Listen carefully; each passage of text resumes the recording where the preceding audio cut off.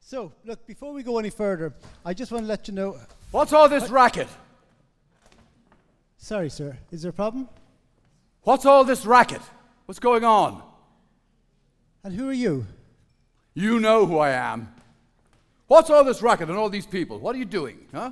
Well, we're having a show about Jonathan Swift. Oh, I see.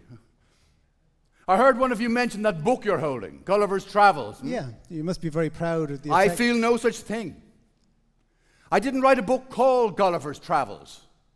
I wrote a book called Travels to Several Remote Nations of the World in 4 parts by Lemuel Gulliver. First a surgeon, and then a captain of several ships. What you're holding is not my book.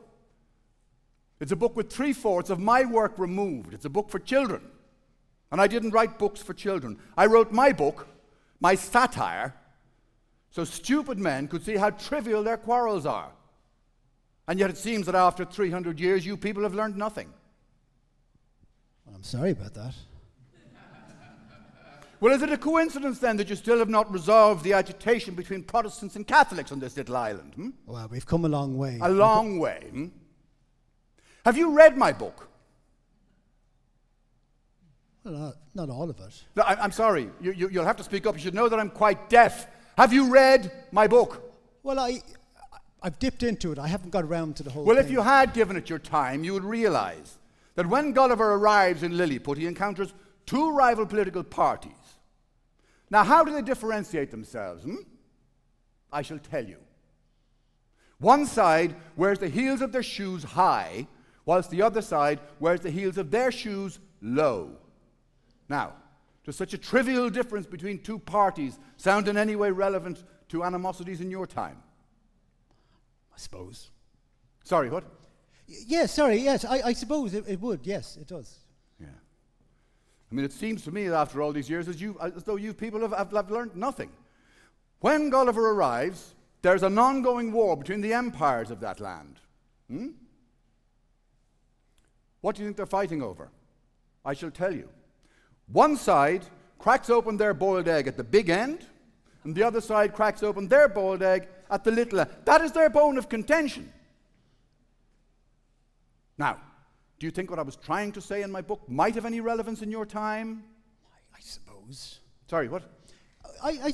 Yes, I suppose. Yes, I suppose. Yes. It seems that after all of these years, mankind is still fighting over the trivial matters that were relevant in my time.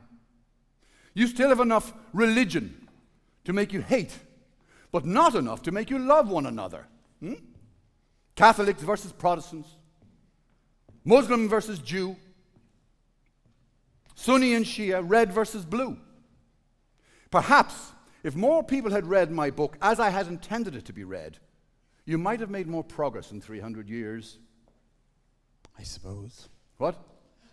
I suppose you're right, yes. You know, standing here, it reminds me of my church, St. Patrick's Cathedral in Dublin. Have you heard of that place? Well, sure, yeah. I mean, it's still standing. It's a fine building. It's much larger than this place, of course, but I do find this place rather quaint. I suppose, yes, it is, yeah. St. Patrick's is where I was dean for 30 years. I have many fond memories of the place, especially with my friend Stella. Have you heard of my friend Stella? Well, yeah. She's buried, actually, in St. Patrick's Cathedral. As am I, apparently. Stella was my friend, my companion for much of my life. I knew her since she was but a child. I was her tutor at a house near London. I never knew a person whose conversation I more valued than hers, nor a wit or conversation so agreeable. We used to ride horses out to the beach at Clontarf. Are you familiar with that place? Sure, yeah. Sorry, what? Yes, I think, yeah, we're all familiar with Clontarf, yeah. Yeah. Stella moved into the deanery then to look after me. I had become gloomy about my age and my deafness and my boringness. and my piles. But Stella brought brightness to my days. Take this. It will soothe you. You have not been well of late. No. Why, just this morning, sitting up in bed, I had a fit of dizziness. The room spun round and round, and then it came to a stop, leaving me sickish. You should eat more fruit. No. I envy people munching on peaches and grapes, but fruit, it makes my head worse. Well, perhaps you should stay the day in bed. Thank you, Stella. But I never knew a man who came to greatness by staying in bed all day. However, with your help, I am mending.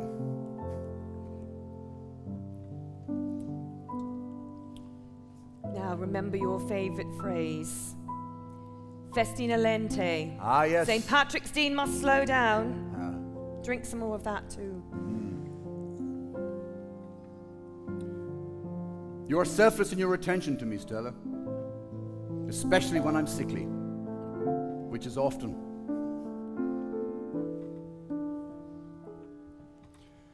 When on my sickly couch I lay, impatient both of night and day, lamenting in unmanly strains, hold every power to ease my pain.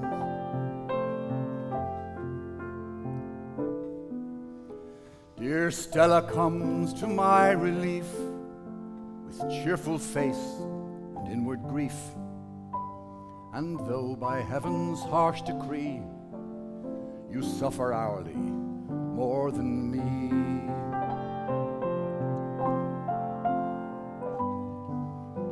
since first I saw you at 16, the brightest virgin on the green, so little is thy form declined, made up so largely in thy mind. St. Patrick's Dean, your country's pride, my tutor and my humble friend, my only guide. I sit here waiting by your side, seeing what you try to hide, your manly pride.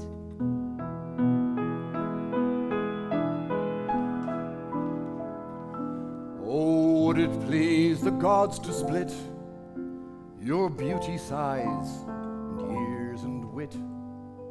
No age could furnish out a pair of nymphs so graceful, wise and fair. With half the luster of your eyes, with half your wit, your years and size, and then before it grew too late, how should I beg of gentle fate?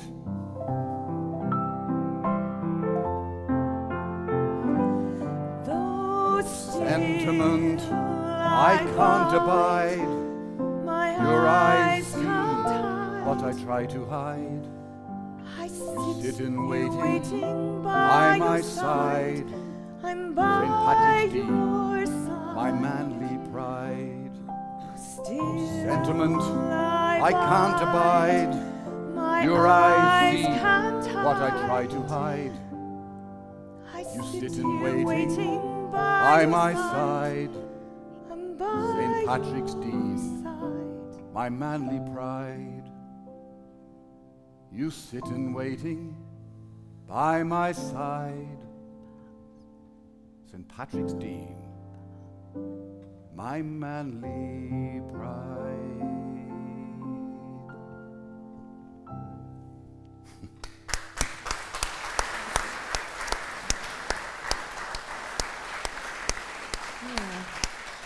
There. That's better.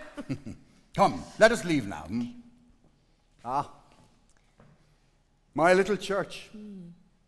It needs work. I must raise money for a new west wall. You have much on your mind. Would you like me to stay? No.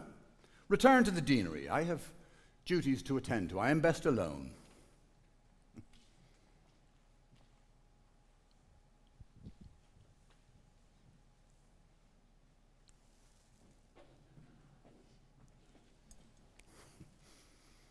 I must write to Vanessa. I must tell her how I am. I must tell her I'm feeling better. Vanessa's my friend, a very good friend, a very passionate lady. I suppose you might say, in your vernacular, that I was riding the arse off her. Mind you, the historians are still arguing about that one, so best not change the record at this stage. Whatever happened between us is in the past now, when we both lived in London. I returned to Ireland, and then she did too, against my wishes. I told her, if you come, I shall see you seldom. But she came. She lives in Selbridge, about 12 miles from me in Dublin, in a beautiful house called Selbridge Abbey. Magnificent gardens sweep down to the River Liffey. In the garden there are many laurel trees, and she says she plants one every time I visit. And there's 2 chairs and a little table, and we can sit there and watch the river roll by. And sometimes I read to her from a book that I'm writing about a sailor who gets washed up on an island, and all the people are 6 inches tall, and he is a giant. But I cannot see her often. I tell her we must be discreet. Dublin is not like London. It's full of gossip and tattle and slander. And I think the Archbishop intercepts my letters, so we cannot write freely.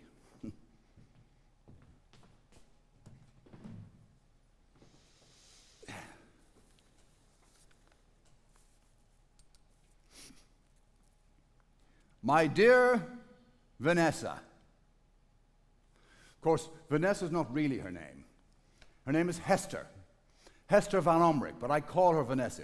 It's more discreet. Dear Vanessa, I am getting an ill head in this cursed town for want of exercise. I wish that I could walk with you 50 times about your garden and then sip your coffee. We have a secret code, you know. When I say sip your coffee, I am not referring to drinking, or indeed to coffee. And I'm not telling you what I really mean. You shall have to use your imagination. Dear Vanessa, I shall see you in a day or two, and believe me, it goes to my soul not to see you oftener. I would have been with you sooner if 1,000 impediments had not prevented me. You. Yes, you. Me? Yes, you. Yes? Take this to Vanessa as quickly as you can. You want me to go to Vanessa? Yes. Selbridge Abbey, Selbridge, County Kildare, it's all there. You want me to go to Selbridge? Yes. County Kildare, like now? No. Just go over there.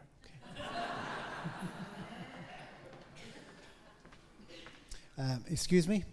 Is this Selbridge Abbey? Yes, Are you Vanessa?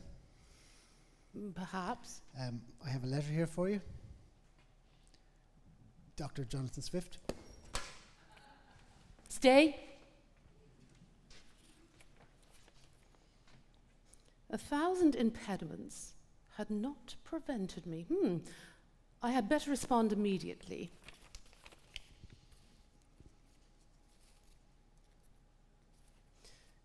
Dear Cad. Cad is not his real name, of course. It's the one he's asked me to use. He says it's more discreet. Let me explain. Cad is short for Cadmus. Cadmus is an anagram of deaconess. Deaconess is the Latin for dean, the position in society which is held by our dear Jonathan. Dear Cad, well, now I plainly see how great a regard you have for me. You bid me be easy, and you'd see me as often as you could. If you continue to treat me as you do, you will not be made uneasy by me for long.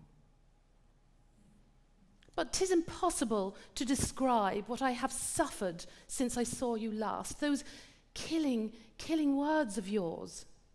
Sometimes I have resolved to die without seeing you more, but those resolves did not last for long, fortunately. To the Dean at St. Patrick's, with haste. Yes. Excuse me, Dr. Swift. Yes. I have a letter here from Vanessa.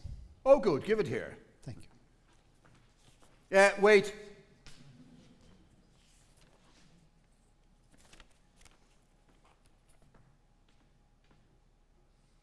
My killing words. Well, I must respond. Dear Vanessa, if you knew how many difficulties there are in sending you letters, it would remove much of your quarrel. I am confident that you came chiding into this world and shall continue to do so while you are in it. Vanessa, as quickly as you can. Yes. Excuse me, Vanessa, I have another letter here for you. So, I am chiding now. This is all very vexing. Dear Cad, I was born with violent passions which terminate all in one. The unexpressible passion I have for you. You are present everywhere. Your dear image is always before my eyes. Sometimes you strike me with that prodigious awe, and I tremble with fear. At other times, a charming compassion shines through your countenance, which revives my soul. I have too much spirit to sit contented with this treatment, because I love frankness extremely well. In London you wrote pamphlets and letters, often in secret so police couldn't see.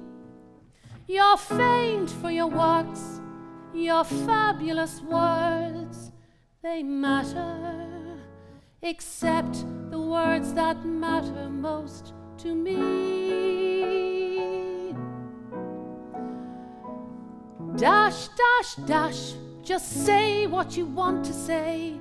Dash, dash, dash, just write what I want to read. No secretive code like sipping my coffee. Just write words that mean something to me. Dash, dash, dash, think about our privacy. Dash, dash, dash, reputation and our dignity. Though my words seem thoughtless and brash, the best I can do for now is dash, dash, dash. I must cut short my letter now. I'm busy with church business. I shall write soon before the week's end. Oh, here we go again. I've heard it all before.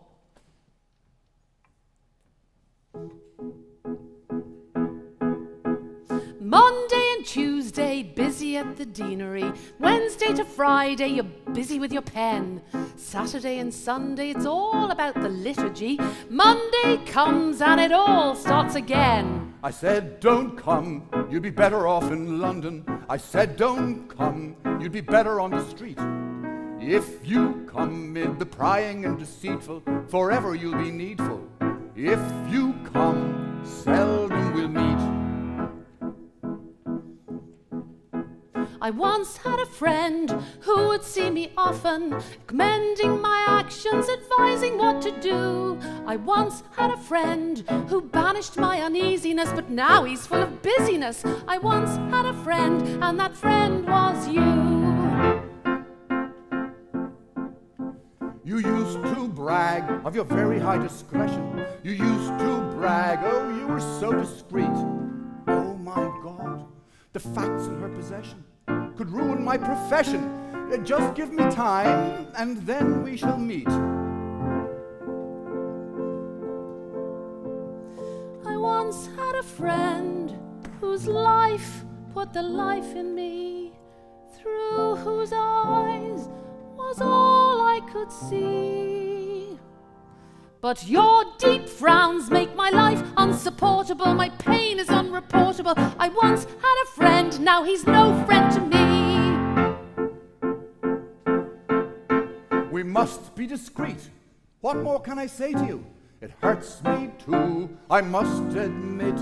I'm still your friend, but not as we were before. Oh, I must seem a bore, a coward, and little more. But discretion is necessity, and you must submit.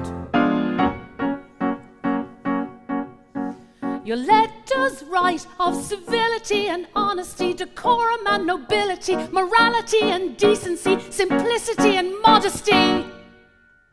Remember a time when you were mine. We had coffee in the slottery, orange in the orangery, butter in the buttery, bunning in the bunnery. You wrecked me in the rectory.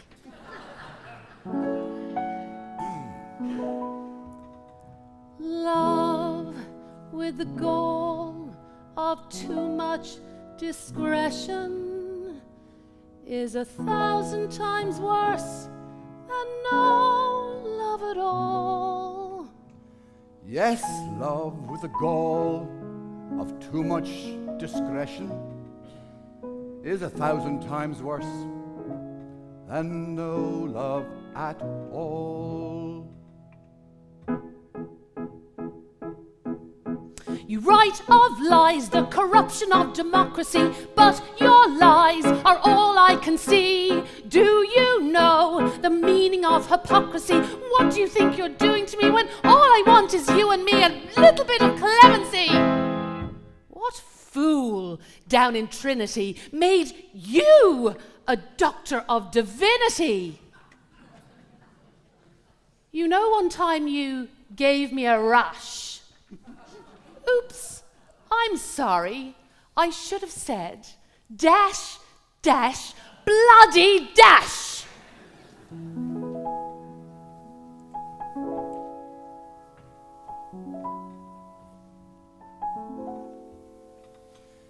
Dash, dash, dash, the tattle of this nasty town. She's a woman, and I'm in a gown. I cannot have her here, even though I hold her dear. I might seem strong in the public sphere, but deep down inside, I'm a man who lives his life in fear.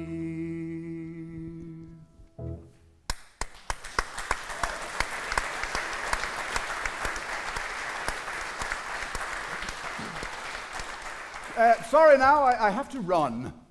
Pity. We were having such fun. Some harlot, I suppose, you have to meet. Please, I ask you, be discreet. I am discreet. I am discreet. All alone here in Selbridge while you dine with your ladies on Capel Street.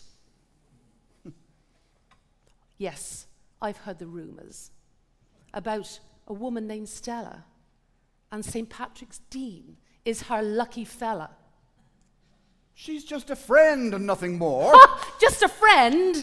Is that your new code for whore?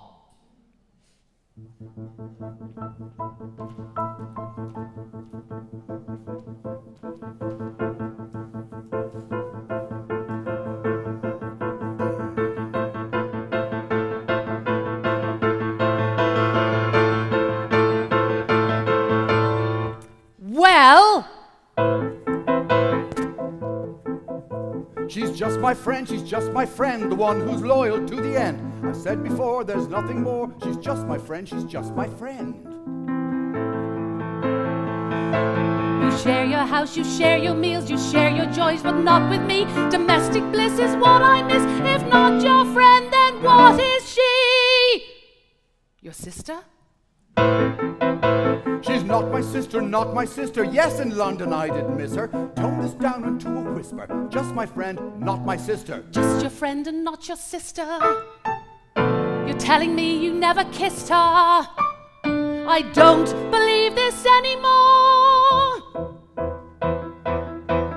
If not your whore, then what's she for?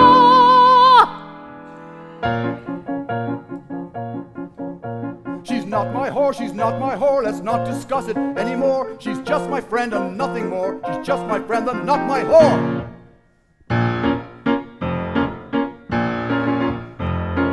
Pox on your flowery language. A pox on you all of your life. If she's not your sister nor your whore, then she's your wife.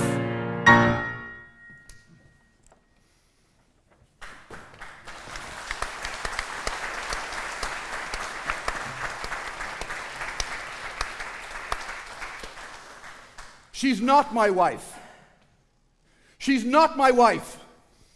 Honest to God, you bring such strife. Keep your postulation from the population or cost my life. You could cost my life. Well, if I can't find reason in his words, I shall seek the truth in Stella's.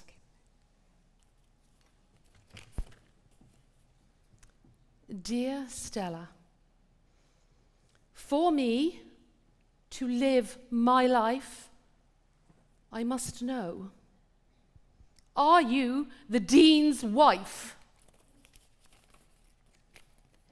You, come here. You, quickly.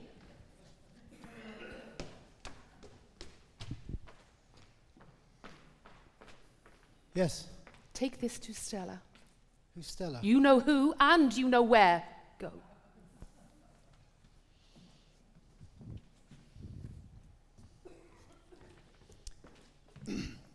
Excuse me?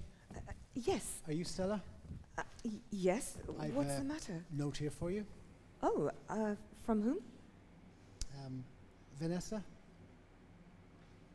Thank you.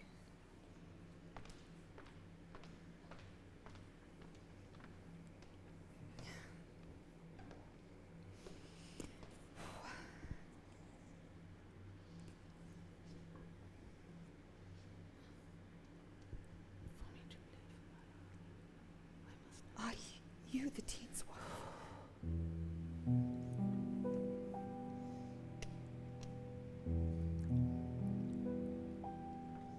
Oh, love, you've played the monarch's part. You conquered me, and now you can't defend my heart.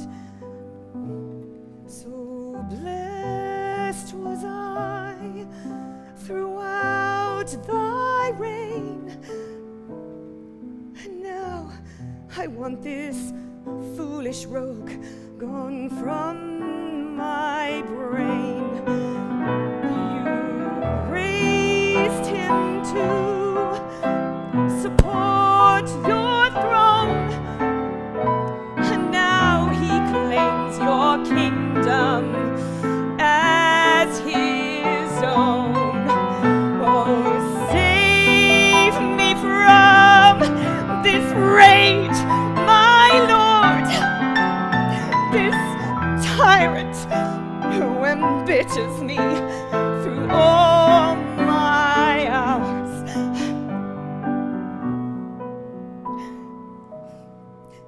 St. Patrick's Dean, your country's pride, my tutor, valuable friend. My only hope.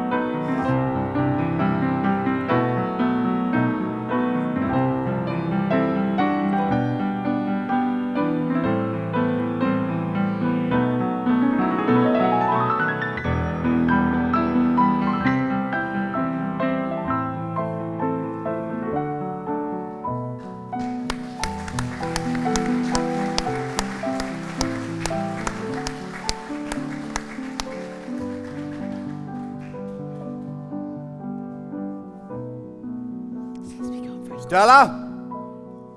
Stella, I hear a noise like yours. I'm come to see if you've taken fright. Stella? Stella, where have you gone this dark night? Stella, where are you? My worry is rife.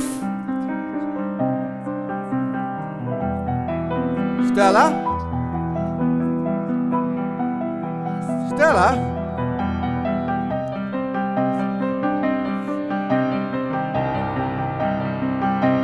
Are you the Dean's wife? No! No! No, no, no, no, no! I took leave of my senses. I couldn't live without Stella, what a wound to endure. I mounted my horse, and I rode without stopping along the Liffey, out to Selbridge and Vanessa's house. I knocked on her door, and was gained entrance by her servant. I ran upstairs to her room. I walked in. She looked at me, and I looked at her, and I said not a word. I threw the letter on her table, and I left. Our friendship of 16 years was over. I never saw her again.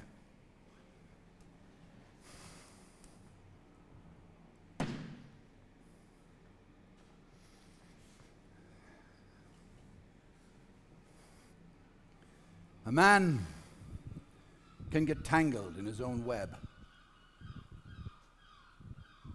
He weaves a thread that others jam.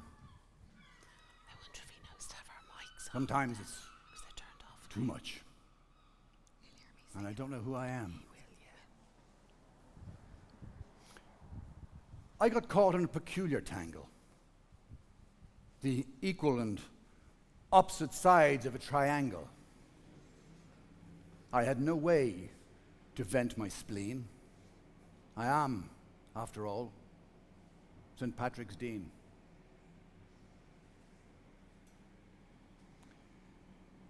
In London, I was chaplain at Bedlam Hospital, a large asylum, a home for the mad.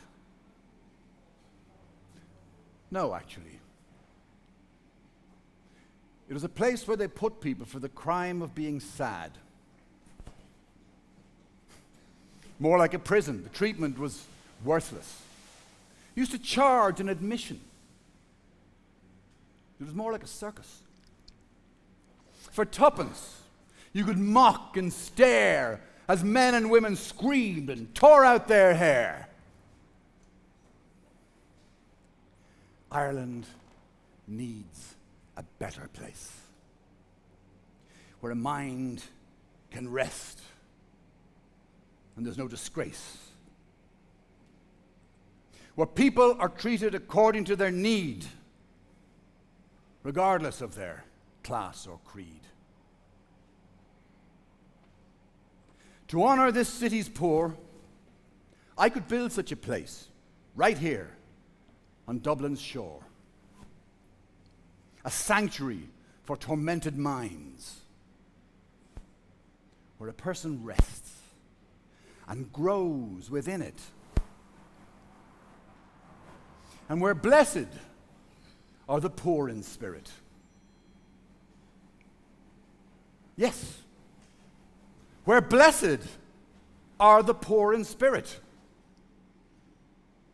So, let the three great doctors' work begin.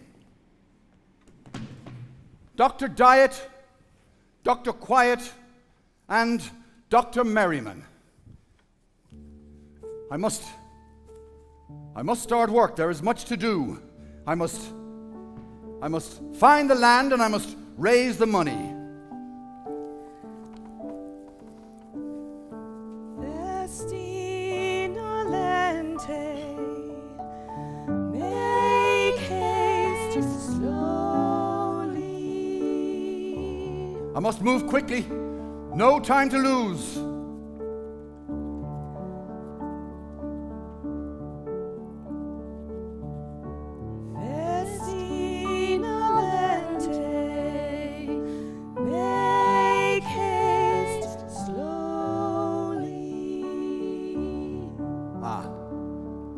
Festina lente.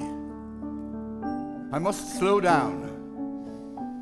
I've been burning my candle at both ends.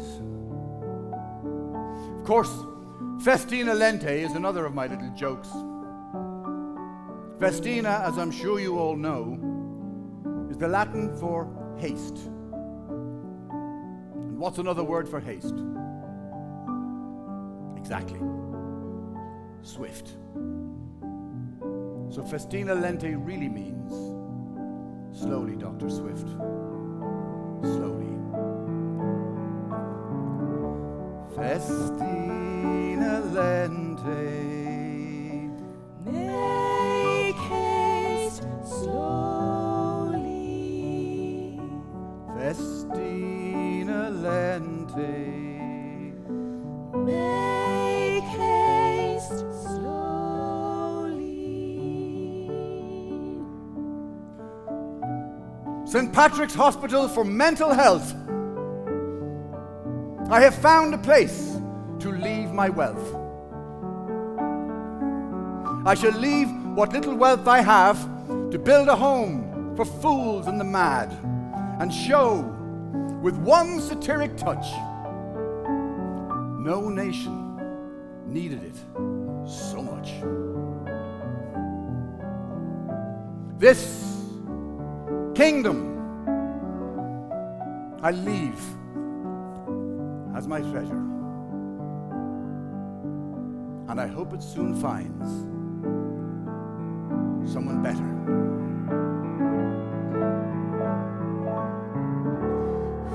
Festina lente, make haste slowly. Festina lente, make haste slowly. Festina lente, make haste slowly. Festina lente. Dash, dash, dash. Festina lente. Am I the Dean's wife? Oh, come, ladies. Why the rift? Why? Because of you, Jonathan Swift.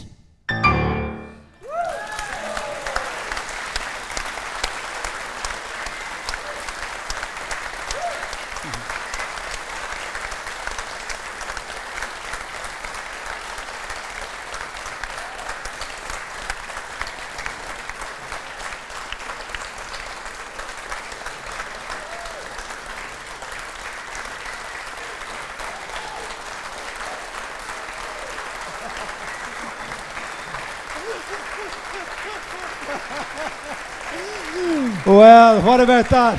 What about that? Thank you so much. Thank you so much. I'd like to introduce you to the people who you've seen tonight, but first maybe we can invite Dave Munro out from behind the piano. David, you come over. Please say hello to Dave Munro.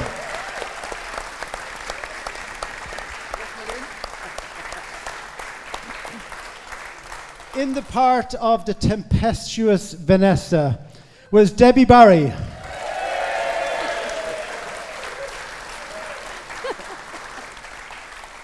The rather troubled but idealistic Dr. Swift was played by David McGloughlin.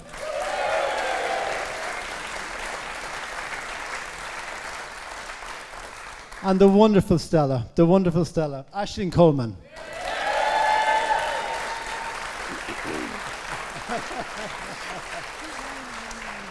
My name is Gerry Mullins. Thank you so much once again for being here. Good night.